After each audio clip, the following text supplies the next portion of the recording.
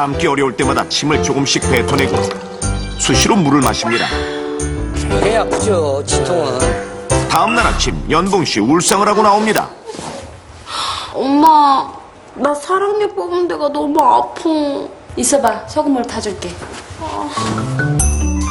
뭔가 문제가 있는 거 엄마가 아닌가요? 타준 소금물로 입안을 헹구는 연봉씨. 혹시나 상처가 덧날까 조심스레 입안을 헹굽니다. 이가 아프면 별걸 다 하죠. 얼마 남지 않은 프로젝트를 위해 며칠 밤낮 쉴 틈 없이 일하는 연봉씨. 컨디션이 좋지 않아 일하는 것도 쉽지 않은데요. 사람들의 걱정에도 불구하고 일에 대한 고집을 버리지 못합니다. 그날 저녁 열이 나고 몸이 부어 일찍 퇴근한 연봉씨. 감기 몸살인 것 같아 감기약과 치과약을 함께 복용한 뒤 잠자리에 듭니다. 불길한데요.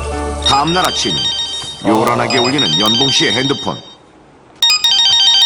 연봉아, 왜 전화를 안 받니?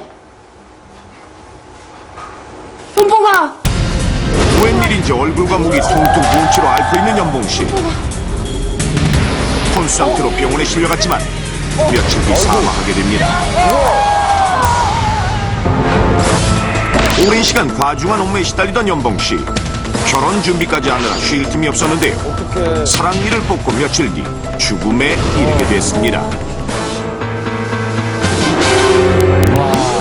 사랑니 발치 후 잘못된 어떤 행동으로 인해 상처로 세균이 침투하게 되었고 혈관으로 세균이 흘러들어가 균혈증이 되고 급속히 확산돼 폐혈증을 일으키게 된 것입니다. 그렇다면 연봉씨를 사망에 이르게 한 잘못된 행동은 무엇일까요? 자, 그렇습니다. 사랑니 많이들 뽑아봤을 텐데. 정답은요, 지혈을 제대로 하지 않아서입니다. 피가 계속 나온다 그랬잖아요. 여러분들 사랑니 뽑아보셨죠? 저도 3개나 뽑았었는데 항상 이 거지를 끝까지 물고 있어야 돼요. 한 1시간, 2시간이 지날 정도로. 그리고 피가 멈출 때까지. 근데 아까 연봉 씨는 그 거지를 물고 있지 않았고 그리고 바로 아이스크림을 먹었단 말이에요. 그렇기 때문에 폐혈증이 온 거죠. 오늘 얼굴 모습 보기 참 좋은데, 그죠? 유지할 수 있을지. 실물이 너무 예쁘시더라고요. 고맙습니다. 네, 너무 이쁘진 않죠.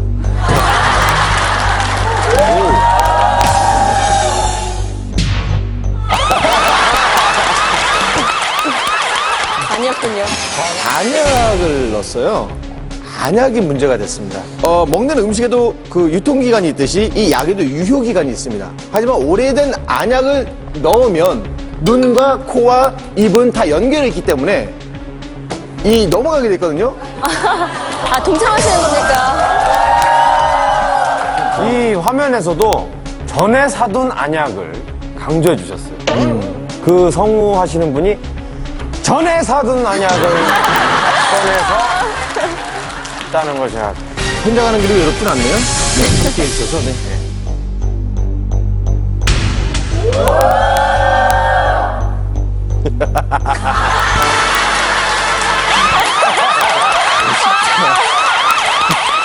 사람이 건강하면 균이 침투를 못합니다. 그 사랑니를 뽑은 건 괜찮아요. 잘했어요. 아이스크림 먹은 것도 괜찮아요. 근데 너무 과로를 했어요. 밤새.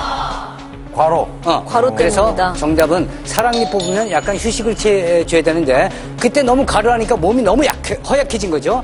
그러니까 그걸로 약을 먹고 또 과로를 했단 말이죠. 그때 병균이 침투한 거죠. 그러니까 사랑니를 뽑으면은 과로를 하면 안 된다는 말씀이신 거죠? 이거 보니까 과로해도 되나 봐요.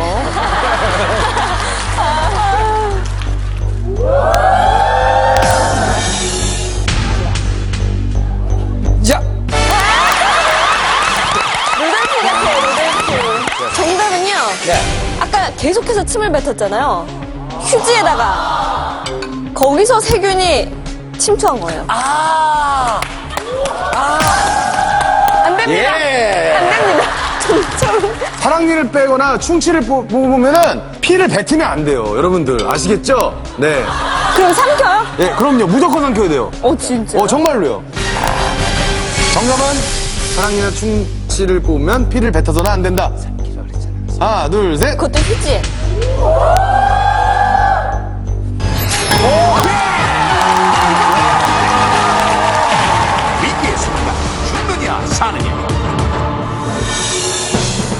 사랑니 발치 후 침을 뱉는 행동입니다.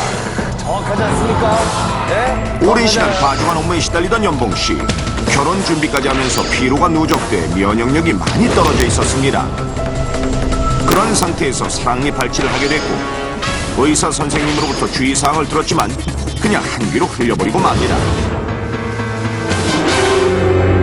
이때 연봉씨가 놓친 것이 바로 침은 그냥 삼켜야 된다는 항목. 상처에서 피가 흘러나와 피맛이 느껴지자 수시로 침을 뱉는 연봉씨. 발치 후 가장 중요한 것이 피를 빨리 굳게 하는 것인데 침을 모아 뱉는 행위가 상처에 닿지 않는 것을 방해했고 상처가 계속 노출돼 세균이 침투하게 된 것.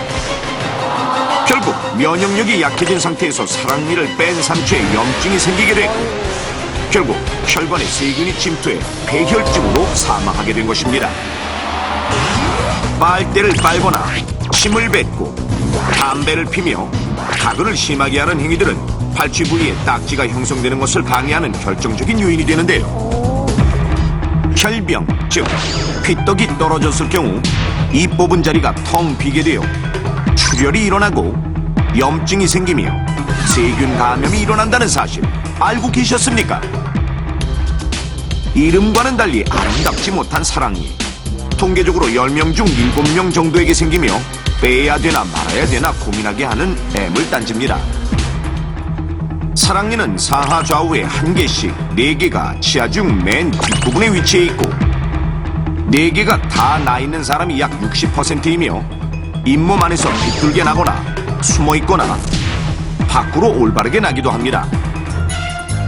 올바르게 자란 사랑니는 관리만 잘하면 일부러 뽑지 않아도 되지만 열의 9은 비스듬히 나거나 누워 자라 잇몸 주위 치아 및 턱뼈에 나쁜 영향을 미치게 됩니다.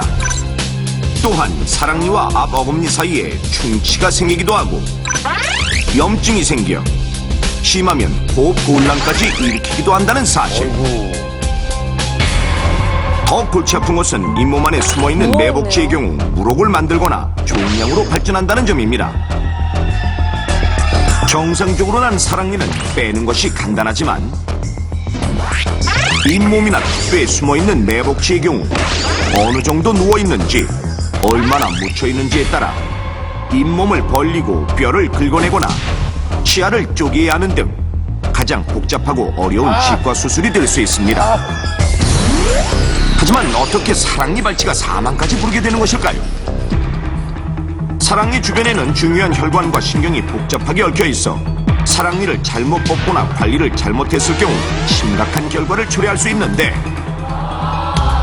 밖에 난 상처와는 달리 입안의 상처는 항상 젖어 있는 환경이기 때문에 피가 빨리 굳지 않아 발치 후 주의하지 않고 관리를 잘못했을 경우 이 피떡이 떨어져 문제가 생기게 되는 것입니다. 사랑니 발치로 인한 합병증은 감염, 출혈에서부터 면역력이 약한 사람의 경우 목이나 가슴 혹은 머리로 염증이 진행되거나 세균이 혈액 안으로 퍼져나가 폐혈증으로 사망할 수도 있다는 사실.